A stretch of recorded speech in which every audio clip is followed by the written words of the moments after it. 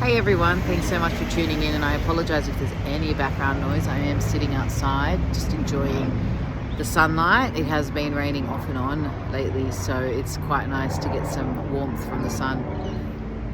I'm going to say this line, and I'm just going to say it straight out. I used to be a smoker. What does it mean when I say I used to be? I am no longer a smoker, and I say that with complete confidence, and I say that with complete belief. And I am so happy to know that I am comfortable and I am definitely no longer a smoker in life.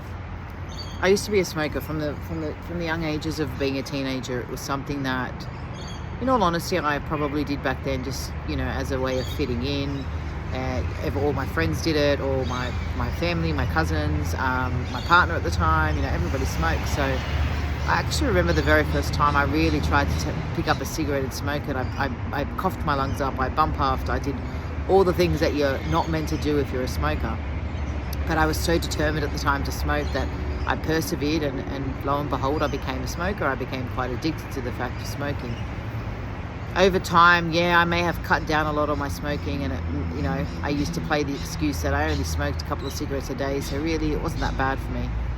But the reality is, it is a drug that you are volunteering to place into your system, and it has massive effects on how your body runs.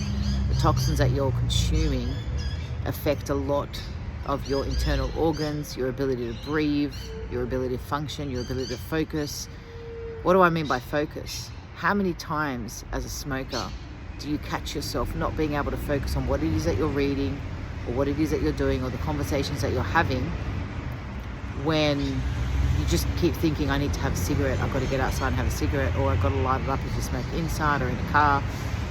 You can't go on long drives without having cigarettes. You feel really lost when you're about to run out of smokes and your packet is empty and you need to get yourself to a place that sells cigarettes. Like, there's all this ongoing conversation that you have with yourself just to ensure that you continue to keep on smoking. I got to a point, and this was not that long ago. I've been a non-smoker now for a year and a half, but I got to a point where I just had enough. I really felt the effects on my body. No matter how much I trained, I was still struggling to breathe. No matter how much I did things, my body was still exerting toxins. My skin felt like crap. My skin kept breaking out all throughout, not just on my face. But the impact it had on my health and the ability it had for me to focus and function, or I should say, not the ability, the cramp on ability, the strain on ability, the limitation on actually focusing and showing up and being the best I could be from a health perspective, from a mind perspective, from a focus perspective, was really starting to, let's just say, cramp my style. I'd had enough. Okay, I was literally smoking for the heck of smoking. It was a habit that I had. I was lighting up a cigarette. I was not enjoying it. I was asking myself time and time again, why am I doing this? And the worst part was I was not doing anything about it. And I got to a point where not only was it also becoming extremely expensive, so it was taking a toll on my pocket, but I had just, like I said, had enough. So I literally took willpower on board, and I put down the packet and said, that's it, I'm not doing this anymore. And I did go cold turkey at the time. And I really struggled with cold turkey because your body starts to go through withdrawal symptoms as it detoxes itself from the cigarettes. And that was a struggle, because I don't know how many times I caught myself thinking, I should just pick up a cigarette. I should just have a cigarette. I need to have a cigarette. I'd go out to social events when I'd smoke and I'd want to pick up a cigarette. I'd have people around me smoking and I'd smell it and I want to have a cigarette. There was just so many signs trying to lead me back into smoking, but my willpower was just that strong that I fought even harder. Every time I felt the desire or the need to pick up a cigarette, I would push even harder against that, because the conditioning of smoking was so ingrained in me that my determination was stronger and I overrode it. However, even though that went on for about a year, I got to the beginning of this year and I was in a position where we were out, we were socializing, we could all smoke in the place that we were sitting at, and I thought, you know what, why not? I had a couple of drinks, I'm like, let's have a cigarette. And I lit up and I took a puff, and it tasted revolting. The whole motion of putting the cigarette into my hands, bringing it to my lips, getting the lighter ready, lighting the cigarette and taking that first drag, I coughed my lungs up. I bum puffed it all out as much as I could. And I just looked at myself and thought, what am I doing? I can't even believe I used to do this. But the fact highlighted itself that I still had that thought in that moment of, I'm out, I haven't smoked in a year, why not? I'll be okay, let's try it. This is when you normally do have a cigarette, you're having a great time, you're socializing, the drinks are coming, everyone's having an awesome time, having a laugh, having a dance, let's have a cigarette. It all comes hand in hand. So I used to think. I actually went home after that event, and the very next day I knew that I needed to do something even more drastic than what I had done for the whole year of going cold turkey, as hard as it was and as determined as I had been. I actually worked on myself, and through timeline therapy, I went back to the very first time I made the decision to be a smoker, to take on cigarettes, and I removed the decision from my timeline. And I know when I say that, I've had people say to me, how is that possible? Well, trust me, it is 100% possible. I am so glad that I did that. I'm so glad that I removed the decision from my timeline. I'm so glad that I became aware of what was going on internally, where my thoughts were going and how I was thinking. And now when I say I am not a smoker, I am not a smoker. When someone smokes next to me, it doesn't bother me. I am not interested in taking it on board. If someone offers me a cigarette, or we're in a place where I would have normally smoked, I have no interest in doing that at all, because I am not a smoker. Just the same way as anyone that has never smoked before will look and say to you, I'm not a smoker. That's exactly where I am at as well. And you know what I've noticed in the last year and a half, other than that one-off cigarette that I picked up and pretty much turned right out instantly, my body has thanked me for it. My skin is so much better. My internal organs are functioning better. My blood tests, when I had them done a couple of weeks ago, have never been this great.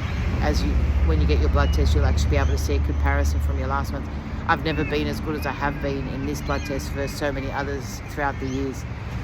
When I exercise, when I run, I don't feel like I'm dying. I don't feel like my lungs are going to shut down on me. I don't feel like my throat is burning. I've also noticed other little things like the toxins that your body releases. The color that your toxins normally release is like a yellowy off color, which is pretty much what cigarette smoke looks like when you blow it into a tissue. That's all stopped. My body is completely taken a time to heal itself and get into a very good position. And at the end of the day, I'm not saying that people should stop having fun in life, and if fun equals smoking cigarettes, or if fun equals drinking alcohol, or if fun equals dancing on top of a table, or whatever it is that equals fun for you, do it if that's what makes you happy. But also ask yourself, are you happy with the effects it has on your body, your health, your mind, your focus, your ability? And weigh it up. For me, my body, my health, and my ability to focus was much more important than whatever smoking was giving me, whatever fun it associated for me, whatever connection I had with it. And there are ways to combat this kind of habit, this kind of limitation that you've actually created on yourself, where you've put yourself in a bubble of being a smoker. And I think too, when I look back now, I'm not governed by needing to have a packet of cigarettes with me, or needing to smoke in certain occasions, or around certain people. And I know that when I begin exercising, I'm not going to have to deal with the lack of oxygen coming into my body. I can breathe through things. I can do breathwork exercises now and actually get the lung capacity to breathe through it. I can swim underwater and get the lung capacity to do it without feel like I'm dying because I need to get some air in. So for me, this is a better choice in life. And that's all it comes down to. What makes you happy and what's good for you, and how do you do things, or what techniques can you utilize to help you achieve what it is that you're trying to achieve? And who do you speak to for those kinds of things? If you want to work on quitting smoking, or quitting any kind of habit of some sort, any kind of habit where you're taking on board toxins outside of your body, alcohol, drugs, smoking, etc. Work with someone that's actually experienced in that field to help you navigate through it, whether it's through the work of hypnotherapy, which again is something you can utilize, whether it's through the work of timeline therapy. Reach out and connect with someone that is actually qualified in that space to help you work through it. You know, when in need of support, ask for help. When in need of support to navigate through a topic, find the expert that can help you, guide you, and work with you through that. And that's what it comes down to. Like, it's asking yourself the question, how do I want to live my life? And am I happy with the choices that I'm making? Are the choices that I'm making truly giving back to me what it is that I want to achieve in life? And at the end of the day, if any one of them questions that you ask yourself tend to give you nothing but 100%, tend to give you back answers that aren't 100%, then I would be asking yourself why, and what is the reason I am still holding on to this motion, or I'm still holding on to this habit. If it's not serving me, what's the reason that it's there? What's the point of waking up each morning and thinking, I feel like shit, I don't feel right, I'm sick and tired of having to smoke, I'm sick and tired of having to drink, I'm sick and tired of taking drugs, I'm sick and tired of doing it. Why have those kinds of conversations with yourself if you're not willing to do the work? How is it serving you to continually stand in the position of complaining, of victim mentality, of, because of this, I feel this. Because of this, I feel this. And because I feel that, I'm now going to do this. Step back into action, take control. Because at the end of the day, it's all based off choices, and they're your choices. There's no such thing as you have to do anything. You don't have to smoke. You don't have to take any type of drug-induced, mind-altering substance.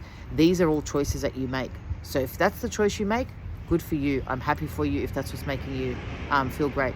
But if that's not what's working for you, if that's not what's making you feel great, then make the choice to change it. And that's the beauty of understanding that you actually have the power of achieving absolutely anything in life. And I truly, hand on heart, mean that. And you gotta also take the position of understanding, will your body thank you for making that choice? At the end of the day, if these are conversations that you continually seem to have with yourself, if these are things that you're feeling when you get up in the morning and you stretch your legs up out of bed, you're not feeling great, you're feeling heavy on the chest, your body's telling you that you're not doing something right, your organs are giving you indications that they're not happy with your choices, then connect with someone that's a qualified practitioner that can actually help you navigate through this, help you, work with you, so that you can actually achieve and create the life you love. And if that's something that you'd love to do with me, reach out. I'd love to connect with you and see what we can do together, how we can work together, and how is it that I can help you achieve the goals that you're out to achieve. Because at the end of the day, everything's a choice, and this is a choice. Choose you, choose a life that you want to live, choose a life that you love to live. Because at the end of the day, you only get one chance of life, okay? And you're not in control of how long that lifeline is. So make the best out of the time you have. Anyways, please, I would love it if you like and subscribe to my channel, and would love to hear from you. Any feedback is always welcome. Tune in for much more on this content and various other subjects that I love to conversate about. And as a qualified NLP timeline therapy and hypnotherapy practitioner as well as trainer, I would love to connect and see what is it that we can magically do together to achieve what it is that you want to achieve. Let's create the life you love. Take care of yourself.